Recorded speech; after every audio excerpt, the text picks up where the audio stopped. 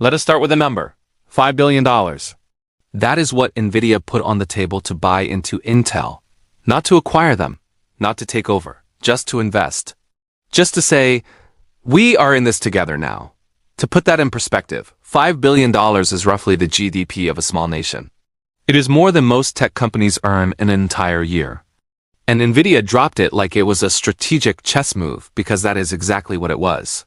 The date was September 18th, 2025. A selfie appeared online. Jensen Huang, the CEO of NVIDIA, standing next to Pat Gelsinger, the CEO of Intel, both smiling. Both looking like men who had just quietly redrawn the map of the technology world. The internet noticed. The markets noticed. And if you are watching this, now you will notice too. Here is some context, because you cannot understand the earthquake without knowing where the fault lines were. For decades, Intel and NVIDIA were not friends. Intel made the CPUs, the central processing units, the brain of every computer. NVIDIA made the GPUs, the graphics processing units, originally designed for games, later weaponized for artificial intelligence. Think of it like this. Intel built the engine. NVIDIA built the turbocharger. And for years, they both pretended the other one did not exist, or worse, quietly hoped the other one would fail. Intel had its golden era. In the 1990s and 2000s, Intel Inside was not just a slogan. It was a religion. Every major computer on Earth had an Intel chip at its heart, and Intel charged accordingly. Then the world changed. Artificial intelligence happened, and it did not need better brains. It needed better muscle. Training an AI model is not like running a spreadsheet. It is like asking 1,000 mathematicians to solve 1 billion equations simultaneously. CPUs, no matter how powerful, were never designed for that kind of parallel punishment. GPUs were. NVIDIA saw this coming before almost anyone else. They had spent years building CUDA, their software platform that let developers use GPU power for non-graphics tasks. By the time the AI gold rush arrived, NVIDIA already owned the picks and shovels. Intel, meanwhile, was struggling. Manufacturing delays, internal restructuring, a failed attempt at their own GPU line, and a stock price that made investors nervous. They were not out, but they were not winning. And then Jensen Huang made a phone call. Now here's where you have to think like a strategist, not a consumer. NVIDIA is the hottest company in tech right now. Their market valuation crossed $3 trillion. $3 trillion, making them briefly one of the most valuable companies on planet Earth. They sell the chips that power ChatGPT, Google's AI systems, every major cloud provider's machine learning infrastructure. But here's NVIDIA's quiet problem. They do not make their own chips. They design them and then send them to be manufactured by TSMC in Taiwan. That is one foundry, one country. One geopolitical risk sitting between NVIDIA and everything they sell. If something happens to Taiwan, a natural disaster, a trade war, a political escalation, NVIDIA's entire supply chain collapses overnight. $5 billion into Intel is not generosity. It is insurance. Intel, on the other hand, received something far more valuable than cash. They received a story. When the most successful company in technology publicly bets $5 billion on your survival, the market does not just notice. The market believes.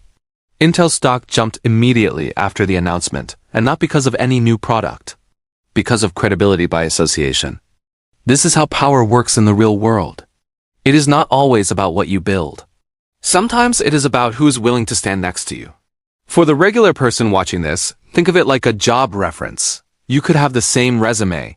But if someone everyone respects vouches for you, doors open differently. Intel just got the most expensive job reference in semiconductor history. Now let us talk about what they are actually building together, because the vision is genuinely remarkable. The first result of this partnership is happening inside data centers, the massive warehouse-sized buildings filled with servers that run every app, every cloud service, every AI query you have ever made. Intel is building custom x86 CPUs specifically engineered to work inside NVIDIA's AI infrastructure.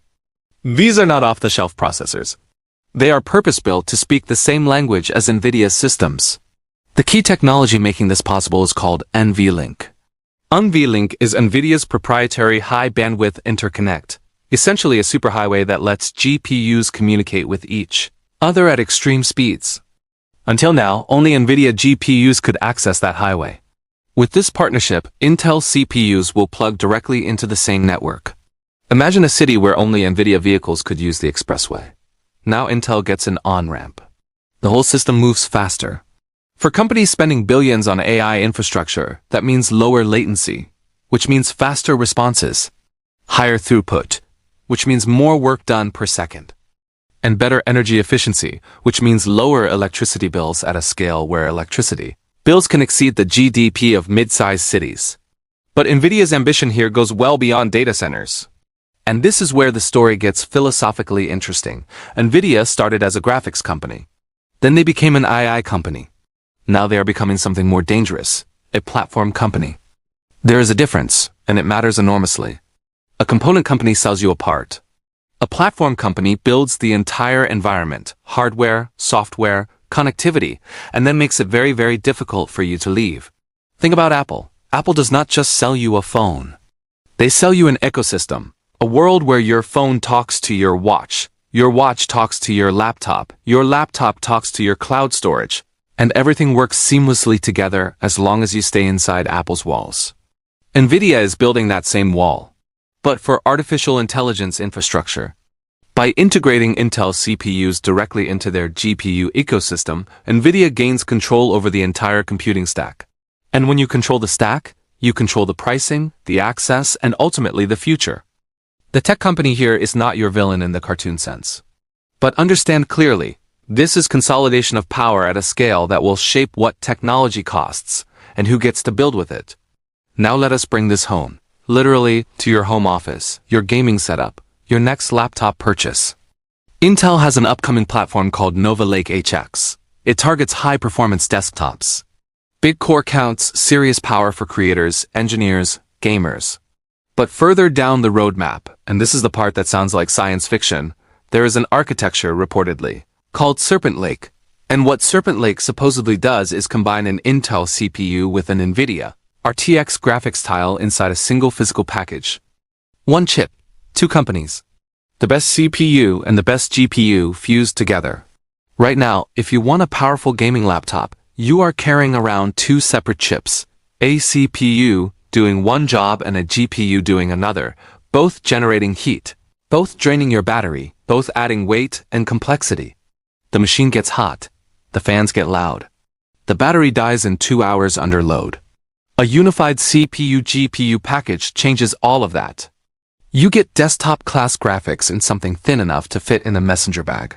The heat is managed in one integrated design. The power consumption drops because you eliminate the inefficiency of two separate chips. Communicating across a bridge, performance goes up, battery life improves. The device gets smaller. For the average person, this is not a minor upgrade. This is the difference between carrying a workstation and carrying a notebook. Let us talk about the victim in this story. Not a person. A company that for years was winning. AMD Advanced Micro Devices built its entire competitive strategy around being the smart alternative, smart CPU pricing, solid integrated graphics, strong performance per dollar. For budget-conscious builders, for mid-range gamers, for creators who did not want to overpay, AMD was the answer. That strategy worked. AMD's market share grew steadily through the late 2010s and early 2020s. They were the underdog that started winning. And then Intel and NVIDIA shook hands.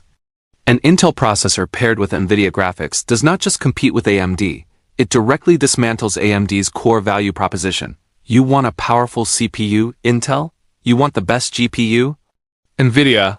Now you can have both integrated, from partners who are building their ecosystem specifically to be better than AMD's combined offering. AMD was not quiet about this risk. In their official SEC filings, legal documents companies must file to disclose genuine threats to their business. AMD explicitly named the Intel-NVIDIA partnership as a competitive concern. That is not a press release.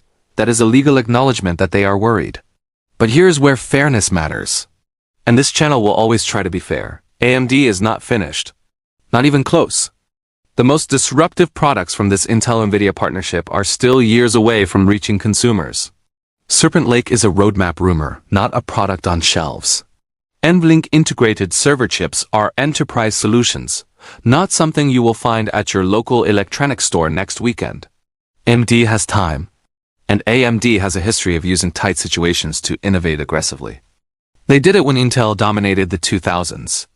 They did it again when NVIDIA threatened to swallow the GPU market. The race is tightening. It is not over. But the pressure is real, and pressure either breaks things or forges them into something better. We will find out which one AMD becomes. So what does all of this mean for you? Not as an investor. Not as an engineer. As a person who buys technology, uses technology, and lives inside technology every single day. First, understand what is happening structurally. The future of computing is not going to be defined by individual products. It is going to be defined by ecosystems, integrated environments where every component is designed to work with every other component from the same alliance. That means your buying decisions are not just about specs anymore. They're about which ecosystem you are joining. And ecosystems, by design, make it harder to leave once you are inside. Second, understand the timeline.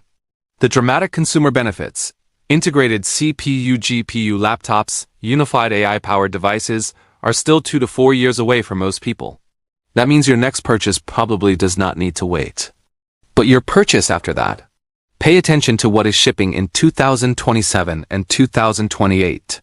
Third, watch AMD, not because you should feel sorry for them. Because competition is the only mechanism that keeps prices from going to the moon. If AMD remains a credible alternative, NVIDIA and Intel will be forced to deliver value, not just ecosystem lock-in. If AMD stumbles badly, that competition disappears and you pay more for less.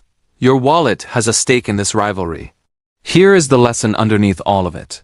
Two companies that spent decades fighting each other looked at the landscape and realized something cold and practical. The enemy was not each other anymore. The real competition was the entire next era of computing.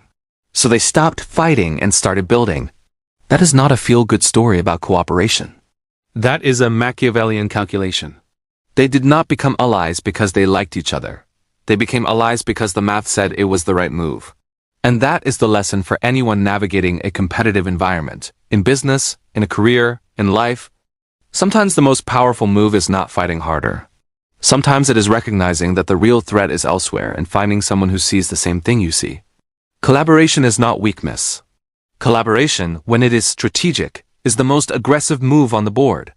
NVIDIA and Intel are not your friends. They are corporations optimizing for survival and dominance. But what they are building, whether they intend it or not, may genuinely make the technology in your hands better, faster, and more capable than anything we have seen before. The next decade will be defined by integrated ecosystems. The players are moving into position right now. You are watching it happen. If this kind of analysis, honest, unfiltered, no PR spin, is the kind of content you want more of, hit that subscribe button. New episodes break down the technology decisions that shape your life in language that does not require an engineering degree, because you deserve to understand the world you live in. See you in the next one.